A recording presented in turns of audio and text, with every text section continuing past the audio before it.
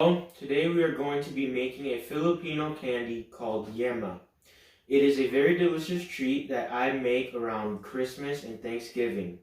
Today our recipe is from my grandma and her grandma before her.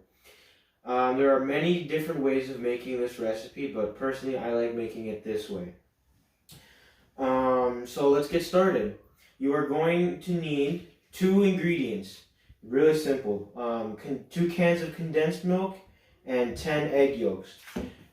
I have 9 in here. I'm going to show you how to separate the egg yolks. So there's multiple ways of doing this. You can either use an egg yolk separator, you can use the shell, or you can use your hand. Personally, I like to use my hand because using the shell can lead to puncturing the yolk more than with your hand. So very carefully, you're going to want to crack your egg, and then actually it's maybe a little more cracking. That, and then you're going to carefully open it as to not spill the yolk. You're going to want to do this over a bowl or a drain of some sorts, maybe even a garbage can. And then once you got that, you're going to carefully dump it onto your hand, like so. And you're going to throw away the other half of the shell. And then you're going to want to try to pull this off. There you go. It feels like snot running through your fingers. It feels really weird. And then you're going to want to try to pull off like the excess egg whites that are on there, like so. Okay, then you just put it in your bowl. Now since I have all the egg yolks separated, I'm now ready to pour in the condensed milk. So I'm going to take these 2 cans of condensed milk, and then we're just going to pour it in there, like so.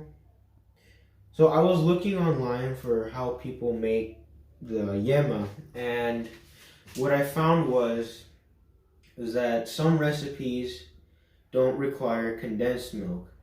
Now, there was a point in time when I made this and I was short on egg yolks, so we ended up using a lot less egg yolks than what the recipe called for, and the candy became really pasty. It became a sticky mess. It was not pretty. And this recipe that I found for that came from a YouTube video called from a channel called Panglasang Pinoy.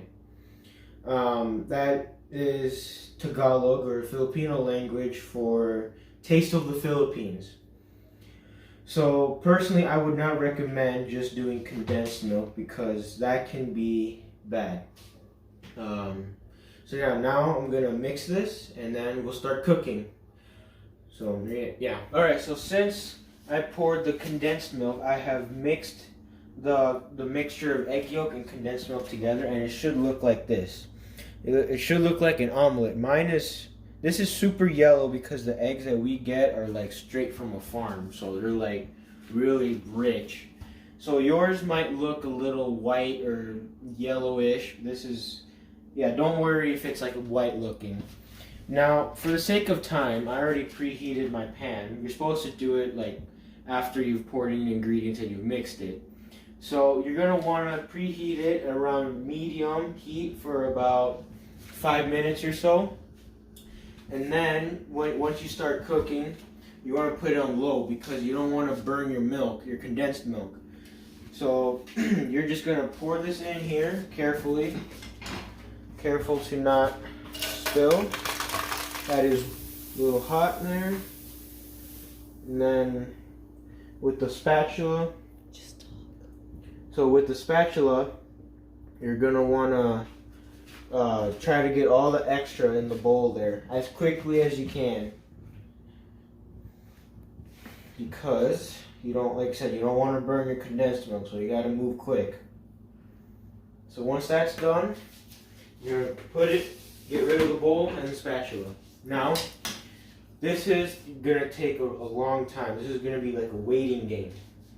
So you're going to just carefully mix this, and it'll take probably 20 minutes to get the whole thing finished. Okay, so after about 20 minutes, your yema is going to look like this. It's going to become like a very thick, pasty thing. And you'll know it's done when you're able to fold it and it doesn't really stick to the pan anymore. So like that. So now, being that it's done, I am going to dump this into here. Being careful of not spilling. And do that. I'm going to get my spatula because it's very sticky. I'm going to need to scrape it off like so. And then this here. So there's still a bunch on the pan, so you're going to want to scrape this. That. And then I'm going to let this cool for about 10-15 minutes, and I'm going to start making the ball. So it's been about 10-15 minutes, and they finally cooled, and as you can see, I've already rolled them out and turned them into little balls. So I'm going to show you how to make the little balls. So what you're going to do is, so you're going to grab about this much from your huge thing of the yema, then you're going to like mold it in your hand a little bit, like this, and you're going to roll it. And it should look like this. Now, since I'm done, they need to harden. So I'm going to stick them in the fridge for the next 20-30 minutes, something like that. So I know earlier I said to put these in the fridge for about a half hour. Well, I had to go do something, so they ended up being in there for over an hour, which is fine. So what you're going to want is for these to be hard, not super hard, but still malleable. That should be good. And then this last step here is optional, but I highly recommend doing it because it makes the yema taste a lot better. So you're going to make caramelized sugar, and then you're going to dip these in the caramelized sugar, and it's going to make a nice crunchy coating or sticky depending on where you store it. So you're going to need 2 cups of white sugar. I got 1 cup right here and 1 cup's already in there. And you just pour that in there, and then you turn the fire on low, and just wait for it to melt. So I got the sugar melted, and right now it's a little burned, so I'm only going to be able to do 1 more. So what you're going to want to do is you're going to put one on a fork, stick it in the pot, and kind of just like coat the whole thing like that. And then you get another fork or something to push it off, and there you go, just like that. Now I'm going to stick these in the fridge and let them cool off, and then they'll be ready to eat. So I put these in the fridge for about 20 minutes, and they just came out. They're nice and hard. There's a nice shell on there, good color. So yeah, they taste really good. Some important things to remember when making this is that when you're working with the caramelized sugars, you gotta work fast because I couldn't get all of them because I was too slow. And when you're about to finish making these, you got to make sure that you can fold the mixture easily and that it's not really sticking to the pan.